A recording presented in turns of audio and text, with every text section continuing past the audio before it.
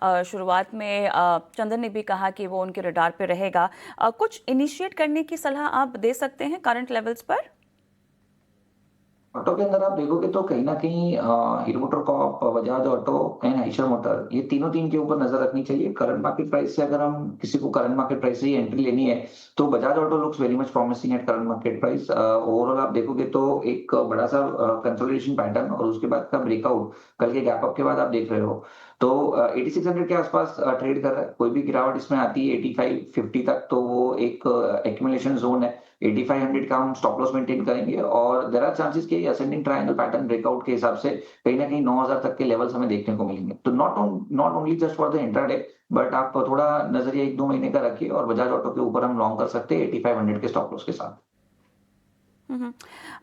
साथ ही थोड़ा सा अगर हम एफएमसीजी की ओर जाएं और ख़ासतौर से डाबर इंडिया जैसे काउंटर्स पर, क्या आपको लगता है कि जो हमने नतीजे आते हुए देखे और जिस तरह का एक इन्फ्लेशनरी प्रेशर आता हुआ हमने देखा था, मार्जिन्स को किसी भी तरह से वो सस्टेन करने में कामयाब हो पाएंगे? टेक्निकली इस काउंटर में फ़िलहाल कुछ इनिशिएट करने की सलाह आप दे सकते हैं पोजिशनली? हालांकि रेड फ्लैग्स हैं, लेकिन अब जिस तरह से हमने कमेंट्री भी आती हुई सुनी है और जो फ़ायदा भी इनको मिलता हुआ अब हम देखेंगे, जैसे कंजम्पशन थीम रोल आउट करेगी, जैसे फ़ायदे पास ऑन होते हुए दिखाई देंगे, पोजिशनली कोई व्यू बनाया जा सकता है?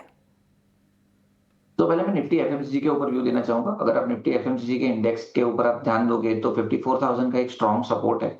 लगातार 2 बार 54,000 को टच करके निफ्टी एफएमसीजी ऊपर में 56,000 तक आया लेकिन सस्टेन नहीं कर पाया। अब कल के गेन्स भी इरोड कर दिए हैं और स्टॉक मतलब इंडेक्स जो है वो अपनी 20 डेज मूविंग एवरेज के नीचे कहीं ना कहीं फिसला हुआ है। तो स्टॉक स्पेसिफिक मुझे लग रहा है यहाँ पे हमें ध्यान देना चाहिए। ओवरऑल ये जो इंडेक्स है तो सेक्टर है वो और थोड़े टाइम के लिए साइडवेज ही रहेगा। यहाँ से मेजर कट ऑफ आए प्राइस में उसके चांसेस कम है, लेकिन टाइम वाइज करेक्शंस के अंदर है।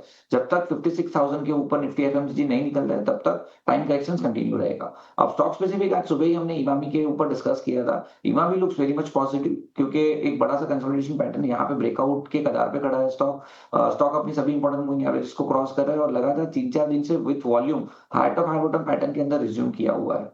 तो इमामी के ऊपर आप करंट मार्केट प्राइस से लॉन्ग कर सकते हो। एक पोजिशनल स्टॉप लॉस आप 550 का मेंटेन कीजिए एंड ऊपर में 630 क्रॉस करने के बाद एक बड़ी सी अपस्विंग इमामी लिमिटेड में आ सकती है। तो एफएमसीजी में इमामी लुक्स पॉजिटिव, आप वहां पे लॉन्ग कर सकते हो।